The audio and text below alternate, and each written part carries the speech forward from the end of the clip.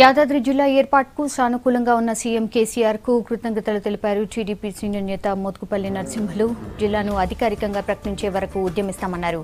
నల్గొండ జిల్లాలో బస్వాపూర్ రిజర్వాయర్ ముంపు గ్రామాల్లో పర్యటించిన ఆయన భూ నిర్వాసితులతో మాట్లాడారు.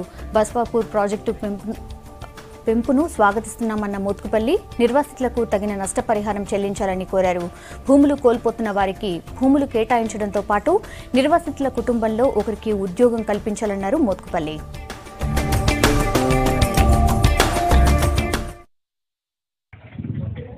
దేవుడు నరసింహస్వామి వారు స్వయంగా కేసీఆర్తో మాట్లాడిందని నేను అనుకుంటున్నాను. యాదాద్రి జిల్లాగా ఇవాళ ఏర్పడబోతుందని ఈ సందర్భంగా నేను తెలియజేస్తా ఉన్నా. చాలా సంతోషం. అందుకు ప్రభుత్వాన్ని కూడా నేను అభినందిస్తాను. ప్రజలందరికీ కావాల్సినటువంటి కోరికను కూడా మన్నించి ఇవాళ స్వయంగా నరసింహస్వామి లక్ష్మీనరసింహస్వామి కేసీఆర్తో మాట్లాడి ఈ యాదాద్రి జిల్లాను తెచ్చినటువంటి ఘనత కూడా ఆ దేవునికే దక్కుతుందని సందర్భంగా తెలియదు. మీరు భూమికి ఒక ఎకరం ఉంటే ఒక ఎకరం ఇవ్వండి, 4 ఎకరాలు ఉంటే 4 ఎకరాలు ఇవ్వండి. ఎవరికి ఎన్ని ఎకరాలు ఉన్నా అన్ని ఎకరాలు మీరు భూమి కొని ఈ రైతులకు ఇవ్వాలి.